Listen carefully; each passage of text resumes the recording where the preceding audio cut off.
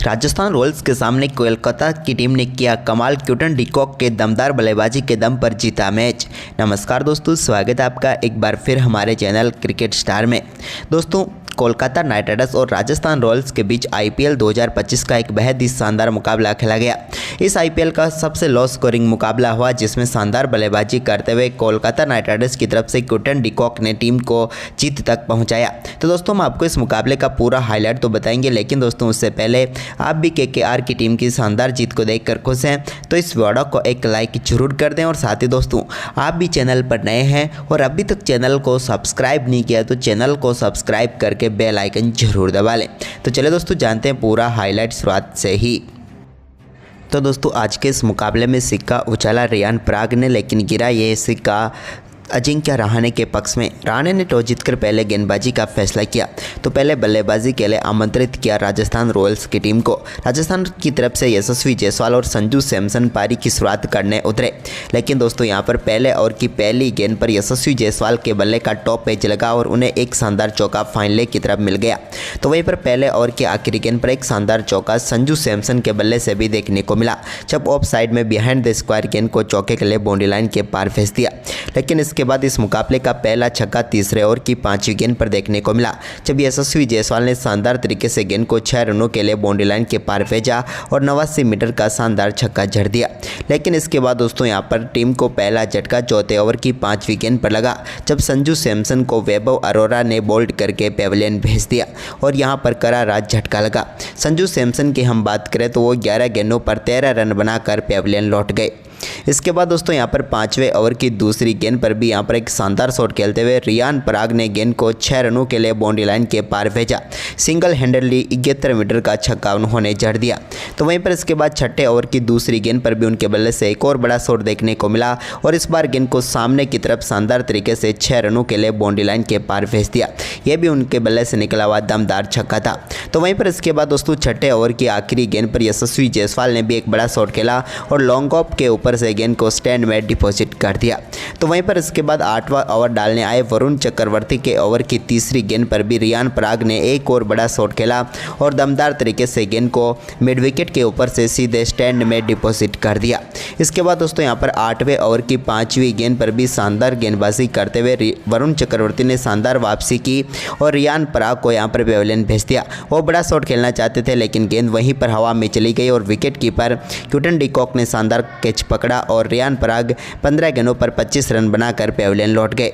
इसके बाद 9वें ओवर की चौथी गेंद पर मोइन अली ने भी शानदार गेंदबाजी करते हुए यहां पर यशस्वी जायसवाल को पेविलियन भेज दिया। जायसवाल बड़ा शॉट खेलना चाहते थे, लेकिन यहां पर उनका शानदार कैच पकड़ा हर्षित राणा ने और समाप्त हुई यशस्वी जायसवाल की पारी, जहां पर उन्होंने 24 गेंदों पर 29 रन बनाए।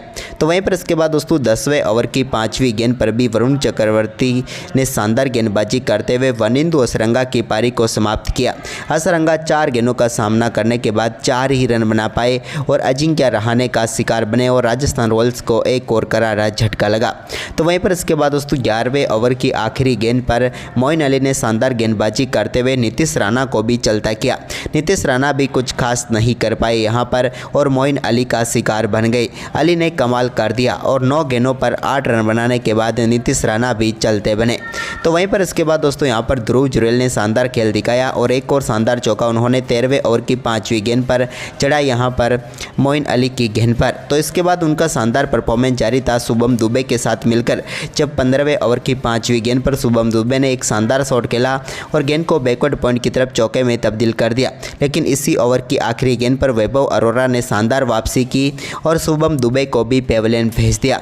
यहाँ पर गेंद सीधे पहुँच गई आंद्रे रसल के हाथ में, जो कि डीप पॉइंट पर खड़े थे और यहाँ पर पेविलियन भेज दिया शुभम दुबे को, जिन्होंने 12 गेंदों का सामना किया और 9 रन बनाकर पेविलियन लौटे। इसके बाद दोस्तों यहाँ पर ध्रुव जुरेल ने भी 17वें ओवर की दूसरी गेंद पर एक शानदार शॉट खेला और स्कूप शॉट के जरिए गेंद को फाइन लेग के ऊपर से चौके में तब्दील कर दिया। तो वहीं पर उन्होंने अपना शानदार खेल जारी रखा और हर्षित राणा के इस 17वें ओवर की आखिरी गेंद पर भी एक और दमदार शॉट खेला, जिस पर गेंद को स्वीपर कवर की तरफ चौके में तब्दील कर दिया और एक और शानदार चौका यहाँ पर जड़ दिया ध्रुव जुरेल ने भी।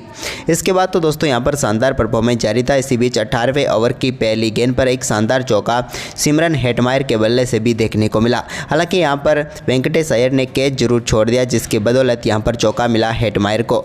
लेकिन इसके बाद दोस्तों यहाँ पर 19वें ओवर की पहली गेंद पर हर्षित राणा ने शानदार गेंदबाजी करते हुए ध्रुव जुरेल को बोल्ड करके पेविलियन भेजा और महत्वपूर्ण सफलता यहाँ पर दिला दी केकेआर को, क्योंकि ध्रुव जुरेल अच्छी बल्लेबाजी कर रहे थे लेकिन आखिरकार 28 गेंदों पर 33 रन बनाकर पेविलियन लौटे। इसके बाद नए बल्लेबाज जोफ्रा आर्चर क्रीज पर उतरे तो उन्होंने 19वें ओवर की दूसरी गेंद को शानदार तरीके से बैकवर्ड पॉइंट के ऊपर से स्टैंड में पहुंचाया और शानदार छक्का जड़ दिया।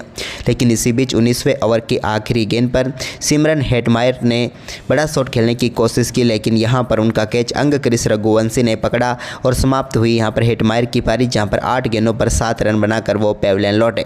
इसके बाद 20वें ओवर की पहली गेंद पर स्पेंसर जॉनसन जो कि जोफ्रा आर्चर के सामने थे तो आर्चर को फुल टॉस गेंद दी, जिस पर उन्होंने मिड विकेट के ऊपर से छक्का जड़ दिया।